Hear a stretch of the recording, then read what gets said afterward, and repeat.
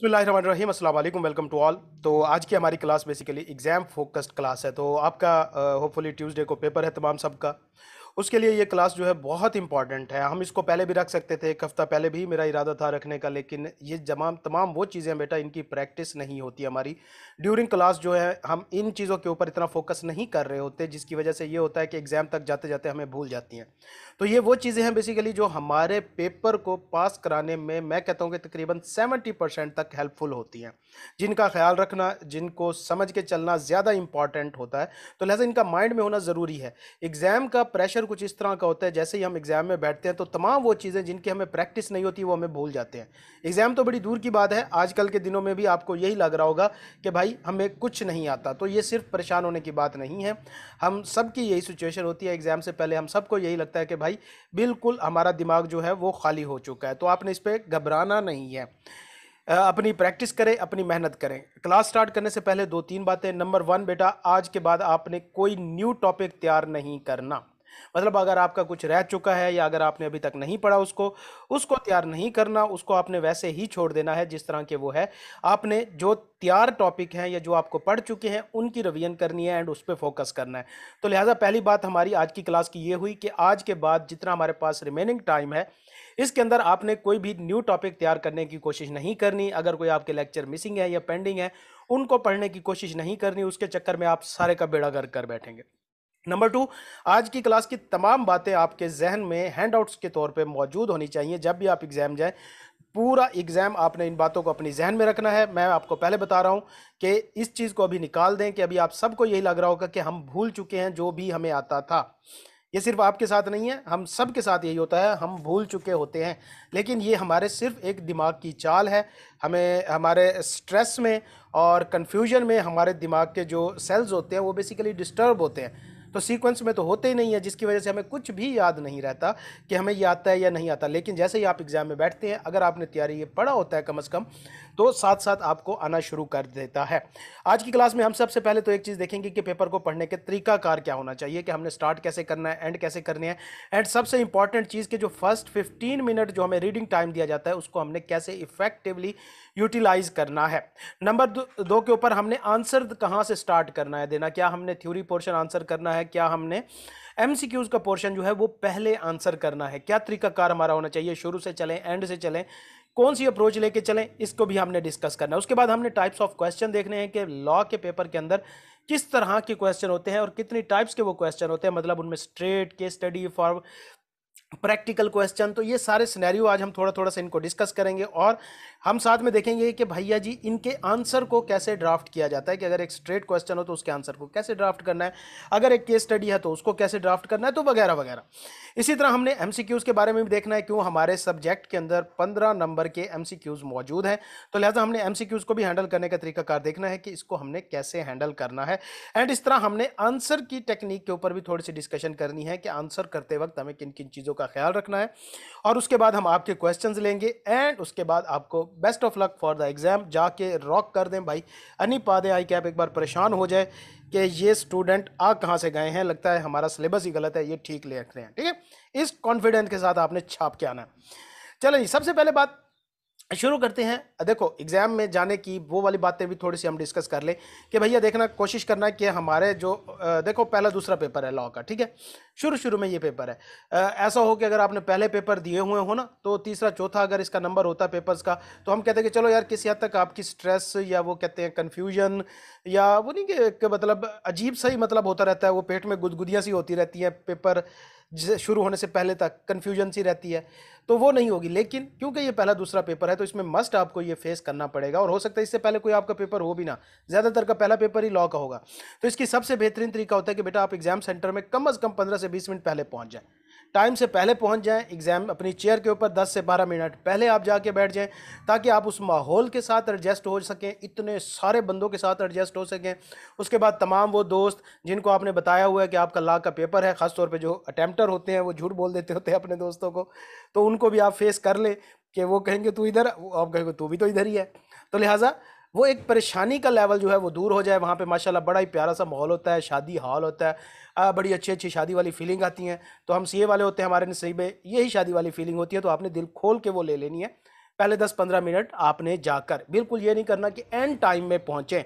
अपना exam centre Google map के ऊपर पहले आपने ट्रेस कर लेना है। कोशिश करें कि अगर पहले आप जाके देख भी सकते हैं तो बेहतर है। उसके बाद ये जो मौसम है ना, ये दिन है बेटा, मौसम की गड़बड़ी इसमें बहुत ज़्यादा एक्सपेक्टेड होती है, बारिश किसी भी वक्त हो सकती है। अभी तो अल्लाह का करम चल रहा है, हमारे दौर में तो सितंबर एंड मार्च कोई ऐसी अटेम्प्ट शायद हमने दी हो जिसमें बारिश ना होती हो।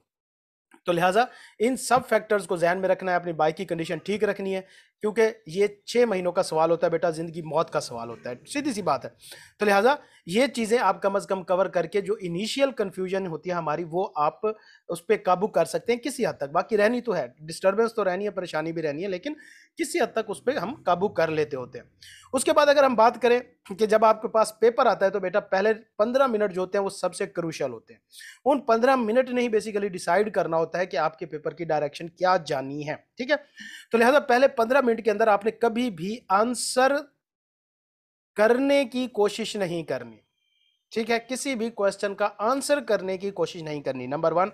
नंबर 2 के ऊपर बेटा हमारा पेपर का जो पैटर्न है उसमें 15 मार्क्स के एमसीक्यूज होते हैं, ठीक है, मतलब 15 एमसीक्यूज होंगे, और साथ में हमारे तकरीबन जो बाकी क्वेश्चन होते हैं वो भी 12 से 15 थ्योरेटिकल क्वेश्चन मौजूद होते हैं। अब बेटा ये जो 15 नंबर के एमसीक्यूज होते हैं, ये 15 क्वेश्चंस होते हैं प्रॉपर। आप ये नहीं कह सकते कि ये एक लाइन का एमसीक्यूज है।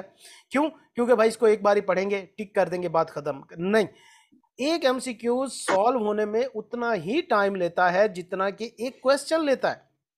क्यों? आपको कोई भी एमसीक्यूज पढ़े या क्वेश्चन पढ़े होगा तो वो सिंगल प्रोविजन से ही ना, तो वो प्रोविजन तो बहरहाल आपको रिकॉल करनी ही पड़नी है ना कि ये किस प्रोविजन में से क्वेश्चन आया हुआ है। तो लिहाजा एक जितना ही टाइम लगना है आपका एमसीक्यूज और एक थ्योरी के क्वेश्चन को पढ़ने में। तो लिहाजा ये बिल्कुल भी एडवाइजेबल नहीं है कि पहले 15 मिनट में आप एमसीक्यूज पढ़ें। सिर्फ पढ़ सकते हैं ना, तो समझने की कोशिश करनी है। मैं कहता हूं इसको पढ़े भी ना, क्योंकि पढ़े में ही आपने 15 एमसीक्यूज ही सिर्फ पढ़ सकने हैं 15 मिनट में। 1 मिनट भी आपने एक एमसीक्यूज को दे दिया। तो लिहाजा हमने पहले 15 मिनट इस 15 नंबर के पोर्शन को वेट नहीं करना, हमने सीधा जो अपना 85% का पोर्शन है हमने उसको जाना है। तो लिहाजा इनिशियल 15 मिनट जो आपको रीडिंग टाइम मिलेगा उसमें आपने एमसीक्यूज नहीं पढ़ने। क्यों? उन 15 मिनट में हो सकता है कि आप 15 एमसीक्यूज ही पूरे ना कर पाए, तो 15 नंबर के पीछे आप 85 नंबर वाले पोर्शन को जो है वो बेड़ा गर्क नहीं कर सकते। तो लिहाजा इस पोर्शन को जैसे ही आपके सामने आए आपने पेज उलट देना है और इसको कहना है कि बेटा आराम से बैठ जाओ तसल्ली से, मैं आपके ऊपर वापस आता हूं। उसके बाद आपने हमेशा शुरू करना है जो आपका पोर्शन थ्योरेटिकल पोर्शन है 15 नंबर का।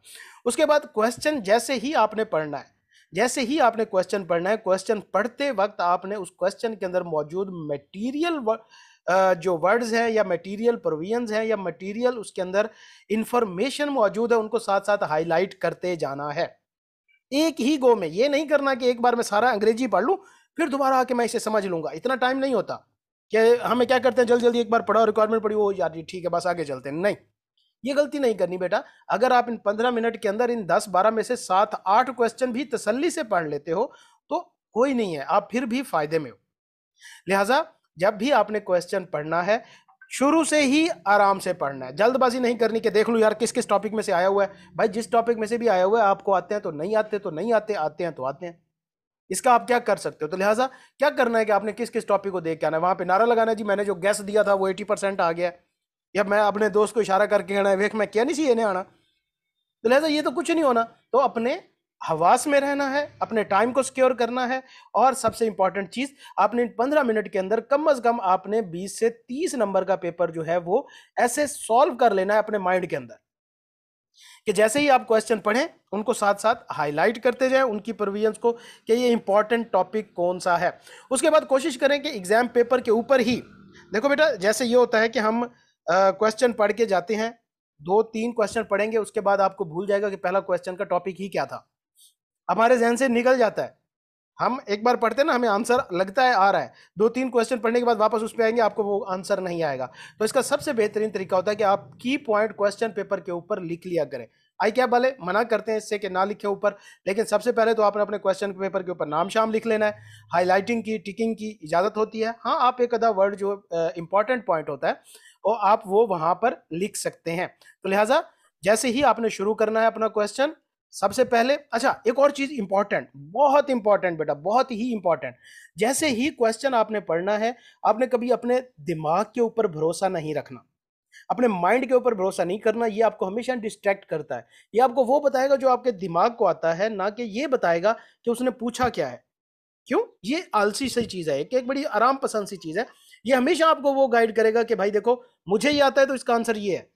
दो तीन वर्ड आपको नजर आएंगे फिमिलियर से, अब वो लो जी ये तो जनाब जी है ही वो वाला पार्टनरशिप में से आया हुआ है। माइंड पे भरोसा नहीं करना, हमेशा डबल चेक करना है क्वेश्चन को। और उसका तरीकाकार क्या है कि पढ़ते वक्त आप क्वेश्चन को माइंड में उर्दू में ट्रांसलेट करें। हमारी अंग्रेजी पूरी सूरी होती है, ऊपर से लीगल अंग्रेजी का तो बेड़ा ही गर्क होता है ना हमारा। तो लिहाजा हमेशा क्वेश्चन पढ़ते वक्त उसको उर्दू में ट्रांसलेट करना है एंड डबल चेक करना है कि जो मेरा दिमाग कह रहा है क्या वही हकीकत है या नहीं है। ठीक है? तो लिहाजा हमेशा आपने क्या करना है, क्वेश्चन को जैसे ही पढ़ने का टाइम होगा, आपने उसके अंदर उस टाइम के अंदर क्वेश्चन का एमसीक्यूज पोर्शन छोड़ देना है। पढ़ने रीडिंग टाइम में एमसीक्यूज पोर्शन नहीं करना, थ्योरेटिकल पोर्शन को शुरू करना है। हर क्वेश्चन को आपने इस तरीके से करना है कि मैंने इसे सॉल्व करना है, अंग्रेजी पढ़ के गुजारना नहीं है कि जस्ट मैं टॉपिक देख लूं। उसके बाद क्वेश्चन पढ़ते वक्त हमेशा आपने उसे माइंड में उर्दू में ट्रांसलेट करना है, मटेरियल पॉइंट्स को हाईलाइट करते जाना है, अंडरलाइन करते जाना है। एंड हर क्वेश्चन के आखिर के ऊपर जितना आपके जहन में आंसर मौजूद है उसके एक दो वर्ड्स लिख लेने हैं उसी क्वेश्चन के सामने, ताकि जब आप वापस आए तो फिर पूरा क्वेश्चन दोबारा आपको ना समझना पड़े। आप वो वर्ड को देखें और आपको समझ आ जाए कि भाई ये क्वेश्चन का आंसर इस तरीके से होना था। ठीक हो गया? उसके बाद जितने भी क्वेश्चन हो सकते हैं कीजिएगा। जरूरी नहीं है कि आप उन 15 मिनट के अंदर पूरा पेपर पढ़ें, ये बिल्कुल जरूरी नहीं है। क्यों? अगर हम बात करें तो 15 एमसीक्यूज हैं और 15-20 ही दूसरे क्वेश्चन होते हैं, तो भैया 1 मिनट से तो ज्यादा ही लगेगा ना एक पेपर, एक क्वेश्चन पे। आप वैसे भी नहीं पढ़ सकते पूरा पेपर, तो फिर इन 15 मिनट को आपने मोस्ट एफिशिएंटली यूज करना है, ताकि इन 15 मिनट में आप इतने सेटिस्फाई हो जाएं कि भाई जितना मैंने पढ़ा है वो 30 या 40% का पोर्शन जो है वो मुझे आता है। इसके 3 फायदे होने हैं। नंबर 1, आपकी स्ट्रेस रिड्यूस होगी। जब हमारे सामने आंसर शीट आती है और हम लिखना शुरू करते हैं तो हमारे हाथ कांप रहे होते हैं, लिटरली कांप रहे होते हैं यार। हम सबका यही हाल होता है, हमारे हाथ कांप रहे होते हैं कि पता नहीं कैसे लिखेंगे। आप में से जिन लोगों की फर्स्ट अटेम्प्ट है, अगर कोई ये राइटिंग में फर्स्ट अटेम्प्ट होगी आपकी, आपने एएफसी वाले जो क्लियर करके हैं तो आपने पहले सीवी वाले दिए होंगे पेपर, बेटा हाथ कांपना शुरू हो जाते हैं। ठीक है? तो लिहाजा पहले तो सबसे पहले आपने अपने आप को तसल्ली करानी है कि भाई ये कोई एलियन ने पेपर नहीं बनाया, हमारा ही कोई उस्ताद है या हमारे ही सिलेबस में से आया है, और उसमें से जितना मैंने पढ़ा उसमें से 30-40 मार्क्स का तो मुझे अभी आ गया है। ये जब तसल्ली हो जाती है तो आपका माइंड पेपर के अंदर आ जाता है। जब पहले 15 मिनट होते हैं हमारा माइंड अभी भी वो एग्जाम हॉल के अंदर और एग्जाम हॉल के बाहर घूम रहा होता है, और हमारे जहन में यही चल रही होती है, यार वो टॉपिक भी छोड़ दिया, वो टॉपिक भी छोड़ दिया, फलाना दोस्त कह रहा था ये इंपॉर्टेंट टॉपिक है, फलाना कह रहा था ये क्वेश्चन आना है। ये सारी बकवासियात हमारे दिमाग में चल रही होती है। ठीक है? उसके बाद बेटा पेपर शुरू होने से पहले एग्जाम सेंटर के बाहर खड़े होकर बहस नहीं करनी। वहां पे आपको बड़े बड़े अरस्तु खड़े हुए मिलेंगे जो मुख्तलिफ किस्म की बहस कर रहे होंगे कि जनाब जी ये कर लो, ये कर लो, ये कर, ये नहीं होना। उनके साथ बिल्कुल बहस नहीं करनी कि बेटा जिसने 6 महीने में तैयारी नहीं की और वो वहां पे आके पढ़ रहा है, उस बंदे से आप क्या एक्सपेक्ट कर सकते हो? वो तो 15 मिनट 20 मिनट रिलैक्स होने के होते हैं कि आप ट्रैवल करके आए हो, एग्जाम सेंटर में पहुंचे हो, वहां रिलैक्स करो आपके माइंड को। तो बहस नहीं करनी, बहस करोगे अपने आप को मुश्किल में डालते जाओगे। ठीक है? तो लिहाजा 15 मिनट के अंदर आपने रिलैक्स करने की कोशिश करनी है माइंड को, उसे समझाना है कि भाई देखो ये चीजें मुझे इतनी आती हैं। उसके बाद बेटा आपने जब आंसर देना स्टार्ट करना है तो आपने हमेशा उस क्वेश्चन का आंसर देना है जिसका जवाब आपको सबसे ज्यादा कंक्रीट आता है। कभी भी ये तरतीब ना अपनाइएगा कि आप सीक्वेंस में आंसर करें। आई कैप की ऐसी कोई रिक्वायरमेंट नहीं है कि आप आंसर पहला फिर दूसरा फिर तीसरा चौथा पांचवा, सीक्वेंस की कोई कैद नहीं है। हाँ, एक क्वेश्चन के जो पार्ट्स हैं वो सीक्वेंस में होना जरूरी है, पार्ट्स सीक्वेंस में होना जरूरी है। ए के बाद अगर आपका बी पार्ट नहीं आता, सी आता है, तो ए बी के लिए एक की जगह 2 पेज छोड़ दो भाई। पेज ही छोड़ने हैं ना, आपके कौन से पैसे लग रहे हैं, और जितने पैसे आई कैप एग्जाम के लेता है आपने वहीं तो पैसे पूरे करने होते हैं। तो लिहाजा आप उसके 2 पेज छोड़ दो। ये हरगिज जल्दबाजी ना करना कि यार बी करके ही सी पे जाऊंगा, जो नहीं आता छोड़ दो। आपको पहला क्वेश्चन 6 आता है, आप पहला क्वेश्चन ही आंसर 6 से स्टार्ट करो। ठीक है? एमसीक्यूज आपने छोड़ देने हैं, एमसीक्यूज की तरफ अभी आपने जाना ही नहीं है। पेपर शुरू भी कर लिया, एमसीक्यूज की तरफ आपने नहीं जाना, आपने पहले अपने 85 नंबर के पोर्शन को स्ट्रॉन्ग करना है। उसकी भी मैं वजह बताता हूं कि एमसीक्यूज हमने एंड पे क्यों करने हैं। अच्छा, उसके बाद बेटा जब आपने आंसर देना स्टार्ट करना है तो किसी भी सीक्वेंस में, लेकिन कोशिश कीजिए कि पहले आंसर आपके वो होने चाहिए जो आपको कंक्रीट आते हो, जिनके ऊपर आपको कॉन्फिडेंस है, आप उनको सॉल्व कर सकते हैं, जो आपके माइंड में मौजूद हो। हमारे माइंड में बेटा 98% चीजें जो होती हैं वो बिखरी हुई होती हैं जब पेपर स्टार्ट होता है। हमें लगता है कि ये आता ही नहीं है, आधे से ज्यादा पेपर तो हमें वैसे ही आउट ऑफ द सिलेबस लग रहा होता है ना, हमें तो ये भी लग रहा होता है कि ये लॉ का ही पेपर नहीं है। एंड पे ब्लैंक रह जाए उसके साथ क्या करें बेटा, आप वैसे भी छोड़ सकते हो, आप उनको क्रॉस भी कर सकते हो, कोई इशू नहीं है। आई कैप जो है वो बंदे नहीं भेज देगा आपके घर के, इसको उठा के ले इसने खाली पेज छोड़ दिया, ठीक है, आप खाली भी छोड़ देंगे कोई इशू नहीं है, उसके ऊपर क्रॉस भी लगा देंगे तो कोई इशू नहीं है। पेजेस उसी में ही आपने पैसे पूरे करने हैं आपने। अच्छा जी, तो किसी भी सीक्वेंस में, अच्छा अब मैं आपको बता रहा था कि हमारे माइंड में 98% चीजें हमें भूली हुई होती हैं, वो हमें वक्त के साथ साथ आती जाती हैं। जिस जिस तरह हम माइंड को, हमारा माइंड पेपर के अंदर आता जाता है ना, सारी चीजें हमें याद आना शुरू हो जाती हैं, ठीक है। तो लिहाजा पहला वो क्वेश्चन आपने स्टार्ट करना है जो आपको आता है, एंड कभी भी ये गलती नहीं करना कि भाई इसकी मैं राइटिंग बना के लिखने की कोशिश ना करना। हम क्या करते हैं कि जो हमें क्वेश्चन आता है, हम शुरू में थोड़े से हवास में बैठे होते हैं और हम राइटिंग बड़ा बना के करने की कोशिश करते हैं। क्यों? 6 महीने तो हमने लिखा ही नहीं होता, प्रैक्टिस ही नहीं की होती, हाथ हमारे कांप रहे होते हैं, बॉल पेन हमारे हाथ में ऐसे लग रहा होता है जिस तरह अन्य हाथ बटेर थे, बंदर हाथ बंदूक, मतलब कुछ समझ नहीं आ रही होती है हमारे हाथ में क्या है। तो लिहाजा हम बना के कोशिश करते हैं कि बड़ी प्यारी सी राइटिंग में लिखें। इससे दो चीज़ें होती है, पहले नंबर पे तो बेटा हमारा पेपर जो है वो न तीतर रहता है ना बटेर रहता है, शुरू में बड़ा प्यारा होता है, एंड पे डॉक्टर बने होते हैं, तो ये एक कोई अच्छी प्रैक्टिस नहीं है, नंबर 1। नंबर 2 के ऊपर बेटा हम अपना सारा टाइम वहां पे वेस्ट कर देते हैं जब बनाने के चक्करों में बैठे हैं। अगर हम अपनी normal speed and normal writing से हट के आंसर करने की कोशिश करेंगे, हम अपना टाइम वेस्ट करेंगे। एंड आई कैप के पेपर में तो होती ही सारी टाइम की गेम है, वक्त की गेम है, वक्त को आपने एफिशिएंटली यूज करना है, दैट्स इट। यही आपने अगर सीख लिया तो आपका 50% पेपर वैसे ही पास है, 50% चांसेस बन गए। तो लिहाजा शुरू में कभी भी आपने आंसर बना के या उसकी राइटिंग बना के लिखने की कोशिश नहीं करनी, जस्ट सिंपल जिस तरह आपकी नॉर्मल राइटिंग एंड स्पीड है उसी में स्टार्ट कर देना। कोई फजूल हेडिंग्स में नहीं जाना, कोई मार्कर कत वाले नहीं यूज करने, कोई 6 बॉल पेन नहीं यूज करने, एक ही बॉल पेन लेके जाना, एक आप एक्स्ट्रा साथ रख सकते हो किसी दोस्त को देने के लिए, या एम ही बस जेब में एक तसल्ली होती है कि यार मेरे पास, हालांकि हमारे सारे पेपरों में एक बॉल पेन ही नहीं मुकता, एक ही बॉल पेन यूज करना है, नॉर्मल स्पीड के साथ नॉर्मल आंसर क्वेश्चन लिखो। आई कैब में ये बिल्कुल फर्क नहीं पड़ता एग्जामिनर को कि भाई आपने इस पे फुल पत्तियां बनाई हैं या नहीं बनाई, वो आपके आंसर की क्वालिटी देखता है, दैट्स इट। हैंड राइटिंग से भी उतना फर्क नहीं पड़ता, हाँ बस लीजिबल होनी चाहिए, पढ़ने के काबिल होनी चाहिए, दैट्स इट, ठीक है। तो ऐसा ना हो कि मकोड़ा इंक में डुबो के छोड़ दिया, इतनी गई गुजरी भी ना हो, लेकिन बहरहाल पढ़ने के काबिल होनी चाहिए। तो बना के आंसर नहीं लिखना, टाइम वेस्ट होता है, और फिर आपकी तवज्जो राइटिंग बनाने पे लगी रहती है। हालांकि इस दौरान आपकी तवज्जो कहां होनी चाहिए, बाकी क्वेश्चंस का आंसर ढूंढने पे होनी चाहिए। आप बेशक क्वेश्चन ए कर रहे हो 6 का, आपके जहन में अगर ये आपको पूरा क्वेश्चन आता है, आंसर आता है, तो आपके जहन में क्वेश्चन 8 का जो बी टॉपिक था उसका आंसर चल रहा होना चाहिए, उसका आंसर ढूंढ रहे होने चाहिए, ना कि आपका दिमाग जो है वो राइटिंग पे लगाओ कि यार ये मैंने जे लिखा है, इसकी डुंडी टेढ़ी है, इसके ऊपर नुक्ता सीधा नहीं है, या मैंने लाइनों के दरमियान में लिखना है, या लाइनों के ऊपर लिखना है, या नीचे लिखना है, या मिला के लिखना है, या अलहदा लिखना है। ये सब फजूल चीजें होती हैं जो हमारा टाइम वेस्ट कर रही होती है। इसके अलावा किसी भी पेपर को, किसी भी उसको क्वेश्चन को उसके रिक्वायर्ड टाइम से ज्यादा नहीं देना, चाहे वो पूरा हो या ना हो, छोड़ देना है। आपने एक क्वेश्चन को, मार्क्स को 1.5 के साथ मल्टीपल कर देना है और उतना ही टाइम उसे देना है।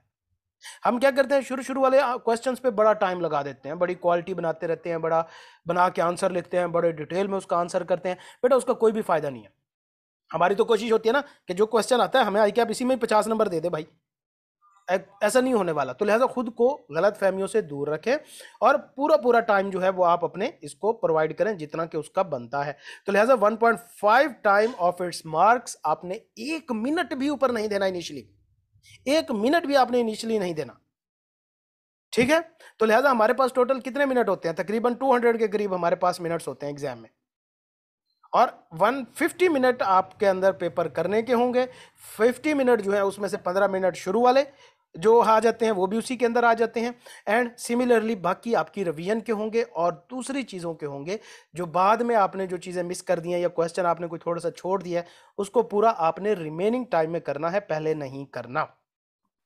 ठीक है, तो लिहाजा हमेशा आपने आंसर जब भी स्टार्ट करना है उस क्वेश्चन का करना है जिसका आंसर आता है। एमसीक्यूज नहीं छेड़ने। फिर मैं कह रहा हूं एमसीक्यूज नहीं छेड़ने शुरू में, मैं आखिर में इसकी वजह बताऊंगा जब हम इसके एमसीक्यूज के पोर्शन पे जाएंगे। आंसर हमेशा उस क्वेश्चन का करना है जिसका आंसर आपको कंक्रीट आता है। आंसर बना के लिखने की कोशिश नहीं करनी, हैंड राइटिंग प्यारी करने की कोशिश नहीं करनी। अपनी नॉर्मल स्पीड में, अपने नॉर्मल वे से, अपने नॉर्मल तरीके से आपने लिखना है।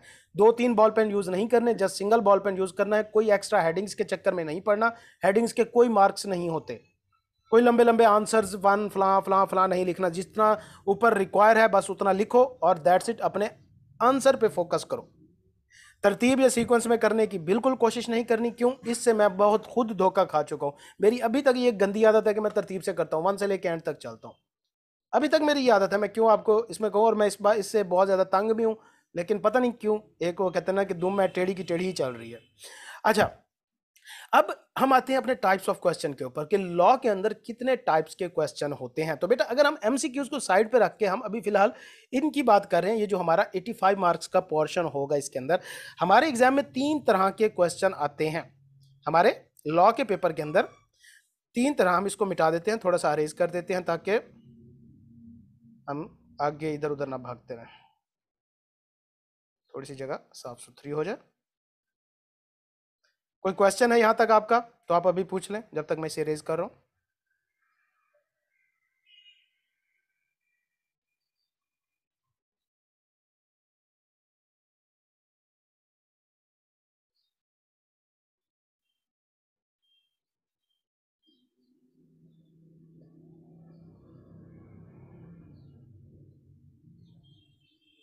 अच्छा जी,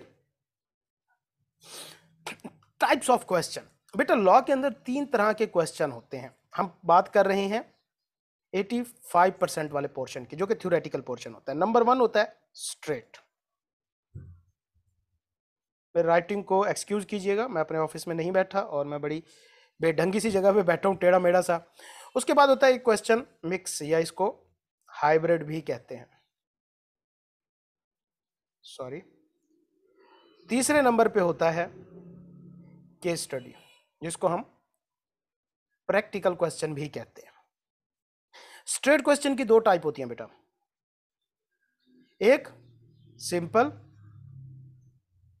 एक होता है विद नेम। मिक्स एक ही टाइप है, केस स्टडी भी एक ही टाइप है, सिंगल टाइप है। सबसे पहले हम बात करते हैं कि आइडेंटिफाई कैसे करें। आइडेंटिफाई कैसे करें कि ये क्वेश्चन है कौन सा, स्ट्रेट में सिंपल है, विद नेम वाला है, हाइब्रिड क्वेश्चन है, या केस स्टडी का क्वेश्चन है। तो बेटा ये 2-3 चीजें इसके फैक्टर होते हैं। कोई इसका हार्ड एंड फास्ट रूल नहीं है, इसका कोई हार्ड एंड फास्ट रूल नहीं मौजूद कि ये कैसे आपने हाईलाइट करने हैं या आइडेंटिफाई करने हैं। इसका सिंपल सा तरीकाकार होता है। नंबर 1 तो प्रैक्टिस। अगर आपकी प्रैक्टिस नहीं है तो फिर जो क्वेश्चन की रिक्वायरमेंट होती है उसमें से काफी हद तक हमें पता चल जाता है कि क्वेश्चन किस तरह का। मिसाल के तौर पे अगर क्वेश्चन के अंदर word state,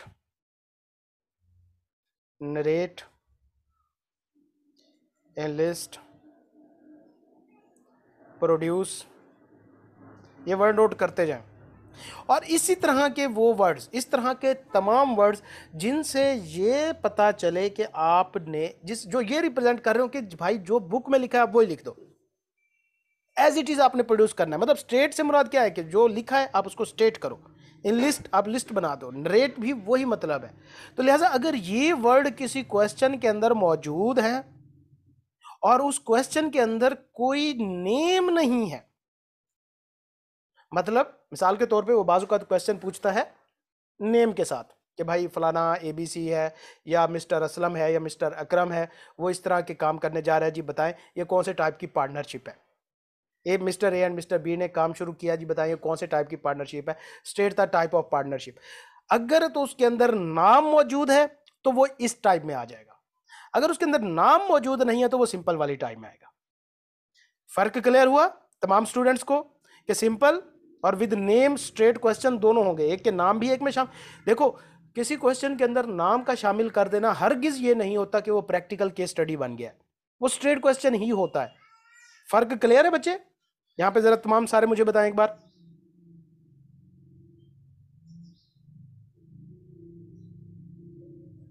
Ahmad, Asad, Hamza, John, Naveed.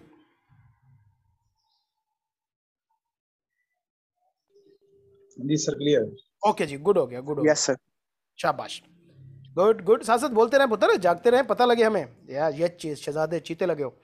अच्छा जी, तो सबसे पहले आपने क्या करना है, क्वेश्चन की टाइप को हाईलाइट करना है, आइडेंटिफाई करना है कि किस तरह क्वेश्चन। अगर तो बेटा वो सिंपल क्वेश्चन है और उसके अंदर कोई नाम नहीं है तो बेटा कोई साइंसदानी नहीं लगानी, एज इट इज जो बुक के अंदर मौजूद है आपने वही छाप देना है, जो प्रोविजन मौजूद है, जो लाइन मौजूद है। अब यहाँ पे सबसे पहला क्वेश्चन ये आता है बच्चों का कि सर क्या हमें अपनी वर्डिंग में आंसर कर सकते हैं? देखो बेटा, परफेक्ट सिनेरियो तो ये है कि आप ना ही करें तो बेहतर है, ठीक है। इंग्लिश का बेड़ा गर्क ना ही करें तो बेहतर है। हमें पता है कि हमारी अंग्रेजी जिस तरह की है, लेकिन इन केस के अगर बहुत ज्यादा सख्त किस्म की इंग्लिश आई हुई है आपको, तो बेटा सेंटेंस का सेंस चेंज नहीं होना चाहिए। मतलब सिंपल सी बात है कि लॉ के अंदर आप वर्ड इज, एम, आर वगैरह वगैरह सब भूल जाएं, word shall and will use करना है, ठीक है। आप कोई भी सेंटेंस बनाओ, loves, shall and will use करना है, और सेंटेंस का सेंस चेंज नहीं होना चाहिए। तो लिहाजा सेंस को सेम रखने के लिए भी तरीका है कि भाई कोई एक सेंटेंस एक लाइन से ज्यादा का लिखे ही ना। पैराग्राफ की फॉर्म में तो आंसर देना ही नहीं है ना। आप आई कैब का आज एक मेहरबानी करके मेरे ऊपर एहसान कीजिएगा, लेटेस्ट अटेम्प्ट का लॉ का पेपर उठाइएगा और उसका आंसर निकालिएगा। आप देखेंगे कि 85% आई कैब का पेपर जो आंसर है वो पॉइंट्स की फॉर्म में होगा, एंड 85% आंसर के अंदर कोई भी सेंटेंस एक लाइन या सवा लाइन से ज्यादा का नहीं होगा। देख लीजिएगा तसल्ली से जाके,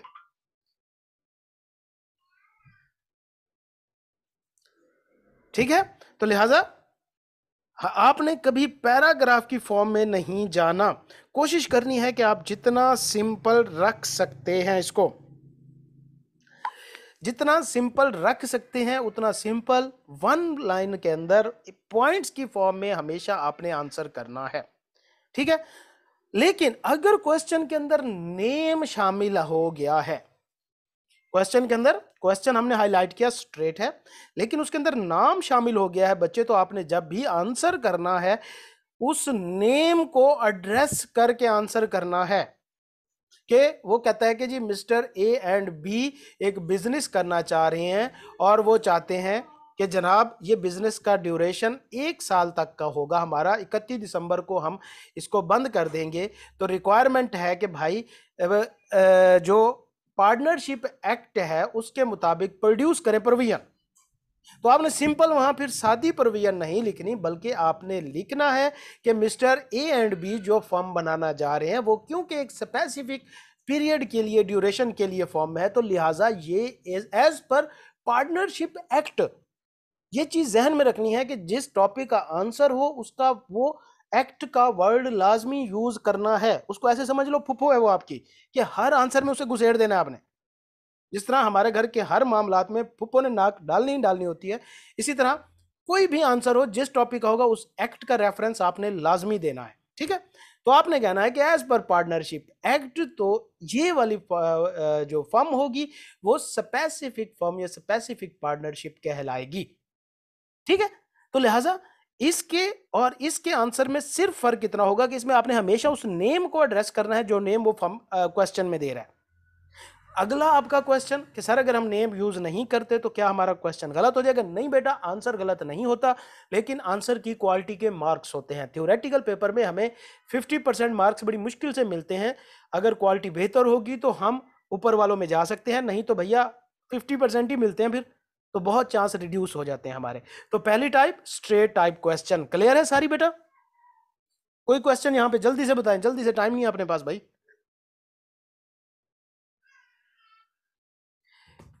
hello Ahmad, Asad, Hamza, John, Naveed sir, यहां तक सब क्लियर है? ओके है, ओके है, यस ओके है। Straight question clear. जो बच्चे लेट आए हैं रिकॉर्डिंग मस्ट देखिएगा, मैं शाम तक इंशाल्लाह इसको चैनल पे अपलोड कर दूंगा, लिंक मिल जाएगा, लाजमी देखनी है।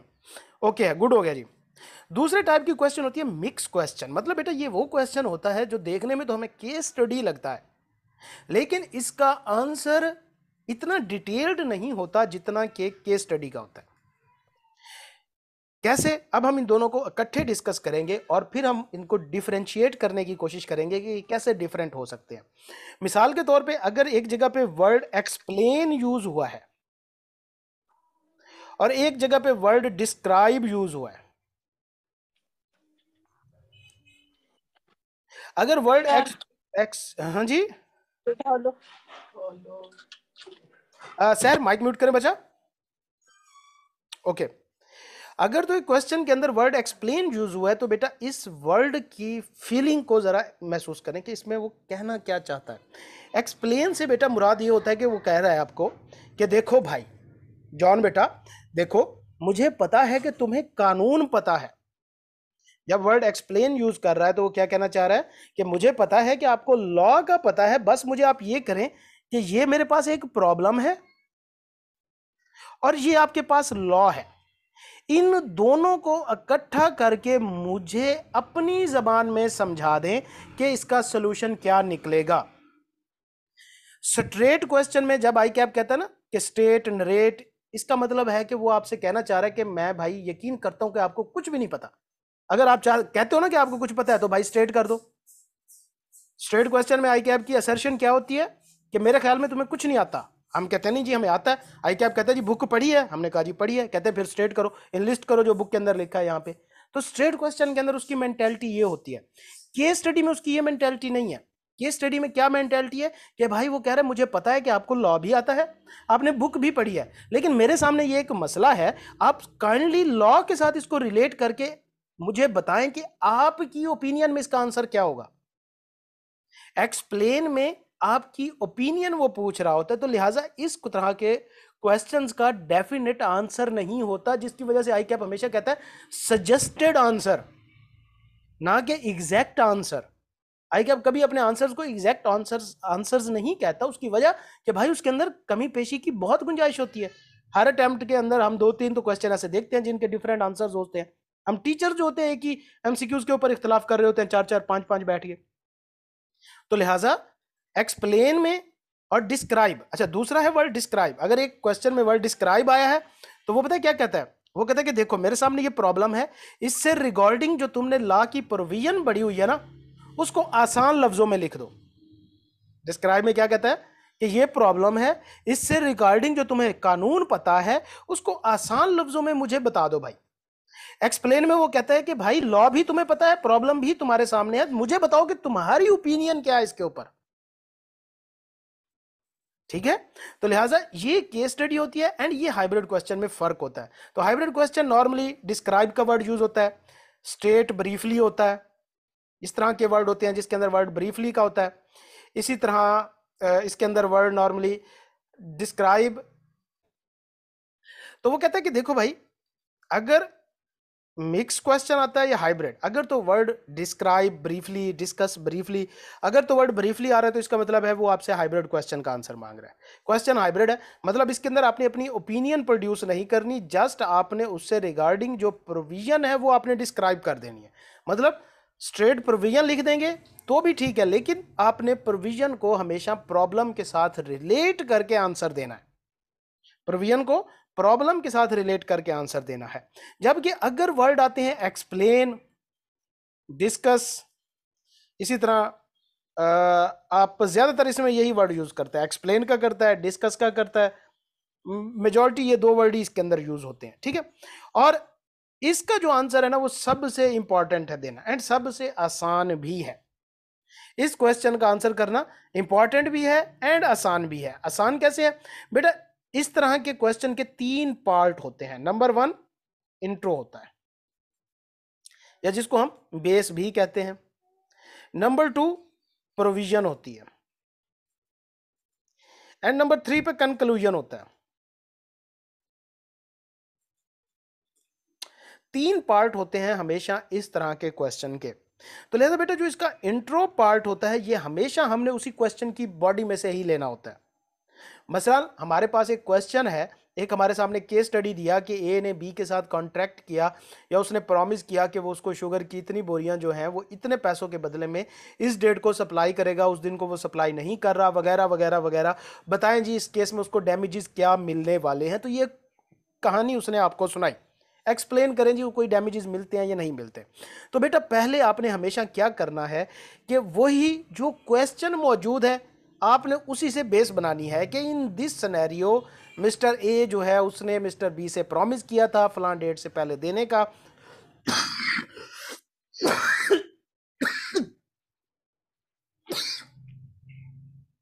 सॉरी, इस डेट से पहले उसने इसको ये शुगर सप्लाई करनी थी और फिर आपने प्रोविजन देनी है। इन तीनों में से आपको ये पार्ट याद होना चाहिए, ये पहला पार्ट और ये दूसरा पार्ट क्वेश्चन के अंदर मौजूद होता है। आपने क्वेश्चन से ही लेना होता है हमेशा। पहला पार्ट क्या है? इंट्रो। इंट्रो वाला पार्ट कहां से लेना है? आपने हमेशा वही जो क्वेश्चन है ना, आपने एग्जामिनर को बताना है कि भाई मुझे ये समझ आ गया। मतलब मैं आपको एक केस बता रहा हूं, मैं कहता हूं जी बताओ समझ आया है, आप कहते हैं जी मैं आया हूं, मुझे बताओ क्या हुआ इस केस के अंदर। तो आप बताओगे ना कि भाई इस केस के अंदर ए था, उसने बी से ये बात की। तो पहले पार्ट में हमेशा आपने उसी केस को सिंपल करके लिखना है, मतलब उसकी प्रेसी बना देनी है छोटी सी, जिसको हम बेस कहते हैं। सेकंड नंबर पे आपने एज इट इज प्रोविजन लिखनी है, जिस तरह के हम स्ट्रेट क्वेश्चन में लिखते हैं। जो भी लॉ की प्रोविजन होगी आपने वो प्रोड्यूस कर देनी है। अगर रट्टा मारा हुआ है तो भाई बहुत ही अच्छा, सुभान अल्लाह। लेकिन अगर रट्टा नहीं भी मौजूद तो कोई बात नहीं है, आप फिर भी जितना आता है आपने वो प्रोड्यूस करना है।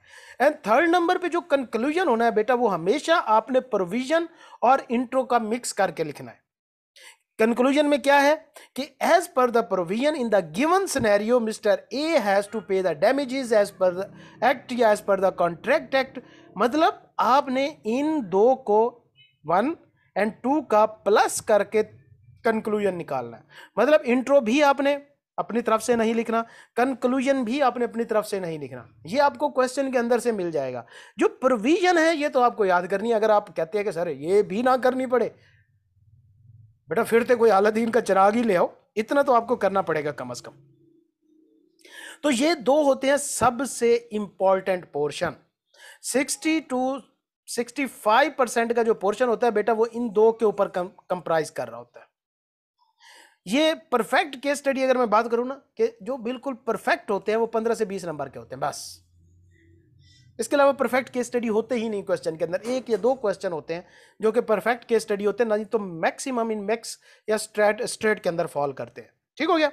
अच्छा, अब हमने देखा कि हमने आंसर कैसे ड्राफ्ट करना है, स्ट्रेट का, मिक्स का एंड केस स्टडी परफेक्ट का। 3 तरह के क्वेश्चन का आंसर ड्राफ्ट करने का हमें तरीका जो है वो आ गया। आज का हमने चौथा पॉइंट भी डिस्कस कर लिया।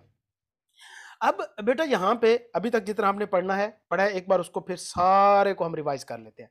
नंबर 1, पेपर जो है पहले 15 मिनट आपने कैसे यूटिलाइज करने हैं, एमसीक्यूज नहीं देखने, सीधा स्ट्रेट चले जाना है आपने अपने थ्योरेटिकल पोर्शन पे। नंबर 2, पढ़ते वक्त ही आपने क्वेश्चन को साथ साथ समझते जाना, अंडरस्टैंड करते जाना, हाईलाइट करते जाना एंड कीवर्ड साथ साथ लिखते जाना जितने भी हो सके। पूरा पेपर पढ़ने की कोशिश नहीं करनी 15 मिनट के अंदर, नहीं तो कोई फायदा नहीं है, जस्ट आप वेस्ट कर देंगे। नंबर 3 पे हमने क्या देखा, कितने तरह के क्वेश्चन होते हैं। नंबर 4 पे हमने देखा कि उन क्वेश्चन का आंसर ड्राफ्ट कैसे करना है। एंड बेटा किसी भी लॉ के पेपर के अंदर 75% जो मैटर करता है पास होना, वो ड्राफ्टिंग ऑफ आंसर्स के ऊपर कर रहा होता है। आंसर की ड्राफ्टिंग सबसे इंपॉर्टेंट है।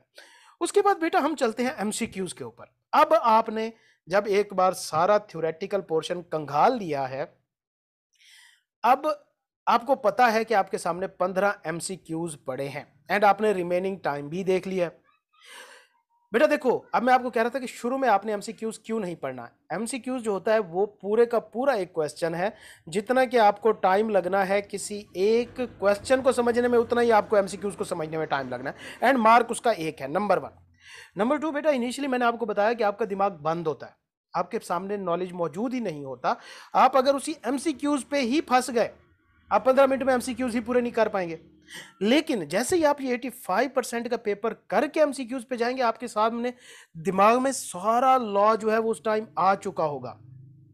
जब आप पहली बार पढ़ रहे होंगे ना, इसमें से आपको 2 या 3 एमसीक्यूज आएंगे, बाकी आएंगे ही नहीं। लेकिन अगर आप ये 85% पोर्शन करके फिर एमसीक्यूज पे जाएंगे तो आपको 10 से 12 तो वैसे ही आते होंगे ना स्ट्रेट। क्यों? आपका दिमाग उस टाइम तक खुल चुका होगा, आपको उस पर ज्यादा टाइम नहीं लगाना पड़ेगा। क्यों? एक एमसीक्यूज के लिए हमने रखा ही 1.5 मिनट है मैक्सिमम, तो हम अफोर्ड ही नहीं कर सकते कि एमसीक्यूज के ऊपर हम गौर करें या समझें। ठीक हो गया? तो लिहाजा 1 नंबर का क्वेश्चन है, तो इसको आपने सबसे एंड पे एमसीक्यूज को सॉल्व करना है। तब तक क्या होता है कि भाई फिर जुगाड़ शुगाड़ का भी बंदोबस्त हो जाता है। इन केस के अगर तुक्का लगाना भी है तो एमसीक्यूज में ही लगाए ना यार। ठीक है, 1 नंबर का एक ही एमसीक्यूज है ना, इधर अगर हमारा कुछ छूट गया एमसीक्यूज की वजह से एक 5 नंबर का क्वेश्चन, तो बेड़ा गर्क हो गया ना भाई। तो लिहाजा थ्योरेटिकल पोर्शन पहले करना है, एमसीक्यूज आपने बाद में करने हैं, ताकि रिमेनिंग टाइम जितना है, देखो बेटा रिमेनिंग टाइम अगर आपके पास 4 मिनट भी है ना, तो उसके अंदर भी एमसीक्यूज हो सकते हैं। लेकिन अगर आपने शुरू में शुरू कर दिया तो आखिर में अगर कोई क्वेश्चन थ्योरेटिकल पोर्शन कराया जाता है 10-12 नंबर का, तो वो नहीं कवर हो पाएगा आपसे, फिर आपने अन्य वापस जो है लिखना है। तो और 3rd नंबर पे देखो बेटा, जो भी हमारा लास्ट क्वेश्चन होता है ना, उसकी क्वालिटी ऑफ आंसर हमें रिजल्ट आने तक डिस्टर्ब रखती है। हम कोशिश क्या करते हैं कि हम लास्ट क्वेश्चन वो करेंगे जो हमें नहीं आता। ये सबसे गलत अप्रोच है। क्यों? जब हम एग्जाम दे के निकलते तो हमारे जहन में रिजल्ट तक वही आखिरी क्वेश्चन डिस्टर्ब करता रहता है कि यार वो मेरा छूट गया था, या मेरा रह गया था, या मैंने उसे किया नहीं था पूरा ठीक तरीके से, वो मेरे से गलत हुआ है। तो लिहाजा हमेशा एक ऐसा क्वेश्चन या एक ऐसा टॉपिक जो आपको आता है वो लास्ट में करने के लिए रखें, कि रिमेनिंग अगर आपके पास 2 मिनट बच रहे हो तो उसमें वो कवर हो जाए, वो कर सकें, ना कि एक ऐसा क्वेश्चन जो 2 मिनट में नहीं हो सकता फर्स्ट टाइम पढ़ रहे हो।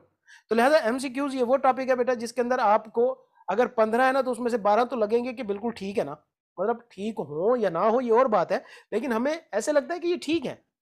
तो कम से कम एक बात की सेटिस्फेक्शन के लिए और अगले पेपर तक जाने के लिए हमें लास्ट में वो टॉपिक करना है जिसके बाद हमें कम से कम इतनी सेटिस्फेक्शन हो कि यार ये 60% नंबर इसमें से आ ही जाएंगे मुझे, और टाइम कम से कम लगेगा उसके ऊपर। आपने 10-12 नंबर के एमसीक्यूज आपको वैसे ही आ जाएंगे जब ये 85% का पोर्शन कर चुके होंगे। 2-3 का तुक्का रगड़ा जाएगा। फिर ये होता है कि एंड पे थोड़ी सी वो इधर उधर से टाँक झांक भी हो जाती होती है, तो वो तो करनी नहीं है बेटा। जिसको आता है उसका अपना पेपर पूरा नहीं होता, वो आपको क्या कराएगा, और जो आपको करा रहा है तो सोच रहे हैं फिर उसने खुद क्या किया होगा। ठीक है, तो लिहाजा एमसीक्यूज को हमेशा ऐसे करना है। आंसर की टेक्निक भी हमने बीच में डिस्कस कर ली है कि भैया हमेशा पॉइंट की फॉर्म में आंसर करना है। सिर्फ परफेक्ट केस स्टडी के केस में अगर इंतहाई सख्त किस्म की इंग्लिश आई हुई है तो आपने पैराग्राफ की फॉर्म में जाना है, नहीं तो आपने हमेशा पॉइंट की फॉर्म में आंसर करना है। पैराग्राफ की फॉर्म में आपने आंसर नहीं देना। इसका सबूत देखना है पुत्र कि मैं सही कह रहा हूं या कोई चवल चवल मार रहा हूं। आप आई कैप का लास्ट 10 अटेम्प्टों के निकाल लो यार सजेस्टेड आंसर, एंड उसके आंसर देख लेना, सारे पॉइंट्स की फॉर्म में लिखे होंगे। ठीक है, तो हमेशा पॉइंट की फॉर्म में शॉर्ट छोटे सेंटेंसेस साफ सुथरा करके लिखना है, अपनी नॉर्मल स्पीड में लिखना है, राइटिंग बनाने की कोशिश नहीं करनी। ठीक हो गया बेटा? तो अब कोई और क्वेश्चन या कंफ्यूजन जो आपके माइंड में आप पूछ सकते हैं।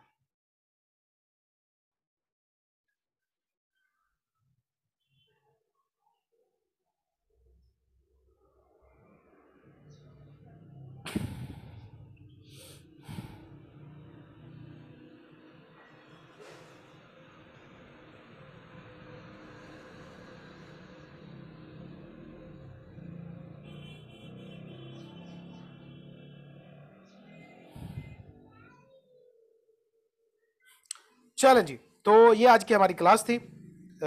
मेहनत करें बेटा, लास्ट टाइम है, लास्ट दिन है, और इसी के अंदर ही इम्तिहान पे तो जो मेहनत करनी ही करनी है, साथ में दुआओं के ऊपर भी तवज्जो दें। जिस चीज़ का इम्तिहान मुश्किल होता है बेटा, रिवार्ड भी उसी का बड़ा होता है, और जिसका रिवार्ड बड़ा होता है उसका इम्तिहान भी मुश्किल होता है। तो लिहाजा हम सिर्फ अपनी एफर्ट से इसको नहीं अचीव कर सकते जब तक कि अल्लाह ताला की मर्ज़ी शामिल हाल ना हो। तो लिहाजा अपनी दुआएं करें, नेक अमाल करें, माँ बाप से भी रिक्वेस्ट करें, और साथ में अपनी मेहनत पे तवज्जो रखें। ये बिल्कुल ना सोचें कि भैया मैंने परेशान नहीं होना। क्यों नहीं परेशान होना? क्योंकि यार ज़्यादा से ज़्यादा आई कैप क्या कर लेगा, फेल ही कर देगा ना। ये बड़ी बकवास सी सोच है, 3rd क्लास सोच है कि 6 महीनों की वर्थ ही आपको नहीं पता अभी तक, तो 3 साल बाद जाके आपको आसानी से पता चल जाएगा कि 6 महीनों की वर्थ होती क्या है। फिर हमारे पास वक्त नहीं होता, टाइम नहीं होता कि हम वापस जाके उस चीज़ को सुधार लें। तो लिहाजा आने वाले टाइम में रिमेनिंग टाइम जो आपके पास 1-2 दिन पड़े हैं, नहीं पा दो एक बार, हाँ नया टॉपिक नहीं करना, पुराने टॉपिक जितने हैं उसको कर लो, और पास्ट पेपर्स के ऊपर इस टाइम पे आप जितना भी फोकस कर सकते हैं वो सबसे ज़्यादा फ्रूटफुल है आपके लिए, बनिस्बत इसके कि आप बुक को रिवाइज करें, आप पास्ट पेपर करें, उनके सोल्यूशन देखें, आई कैप के आंसर टेक्निक को देखें, और बिल्कुल तसल्ली के साथ जाके एग्जाम में बैठें, इंशाल्लाह आपको कामयाबी मिलेगी। ठीक है बेटा, तो बेस्ट ऑफ लक, बहुत ज़्यादा, अल्लाह ताला आपको कामयाब करे। मिलते हैं फिर सेशन के बाद और वीडियोज़ में। अल्लाह ताला आप सबको अपनी ज़मान में रखे बच्चा। अल्लाह हाफिज़। अल्लाह हाफिज। अल्लाह हाफिज़।